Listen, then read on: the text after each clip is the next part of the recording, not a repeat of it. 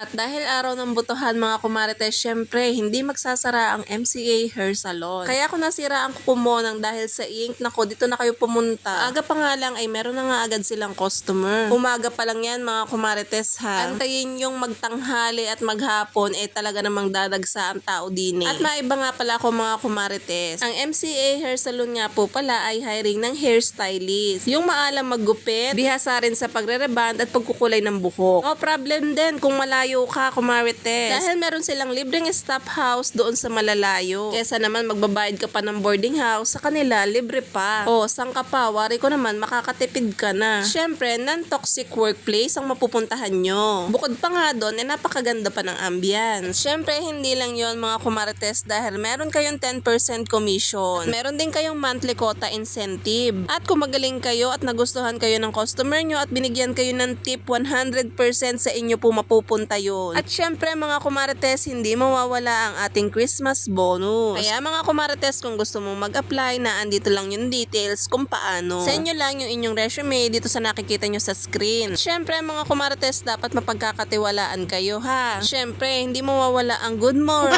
and right conduct. Char. Dahil mga kumarites, tayo naman lahat may kanya-kanya tayong ugali. Pero yung hindi magandang ugali natin, iwan na lang natin sa bahay ha. Huwag na nating isama sa trabaho. Para tayong lahat ay makapag-concentrate sa ating mga ginagawa. At para maiwasan na rin yung hindi pagkakaunawaan. Kita nyo naman mga kumarites, ang dami nagpapareban. Tapos yung ating kahero natutulog. Ay inako po naman dawin, yung nagkakaha, tulog na. Ay panong hindi mga kumarites, napagod, kakaupo, inantok na. So ayan, kita nyo naman mga kumarites, at ang dami nagpapareban, nagpapagawa ng kanilang mga buhok. At ayan, shoutout kay sis, napakaganda naman talaga. Ewan ko ba mga kumarites, hindi pa naman ito magde-December ha. Wala pa tayong mga bonus, pero bakit ang daming tao din Usually kasi kapag taga San Pablo ka, ang mga salon dito makikita mo tuwing December lang talaga napupuno. Pero bakit dito punong-puno? Ang daming nagpapa-pedicure, ang dami ding nagpapagupit at saka nagpapareband. Kaya naman mag-apply na kayo mga kumarites para naman madagdagan na sila. At for sure ako na nagsasabi sa inyo, non-toxic workplace ang mapupuntahan nyo. Ano pang inaantay nyo mga kumarites? Be a member of MCA Hair Salon. O siya, babush, bye-bye!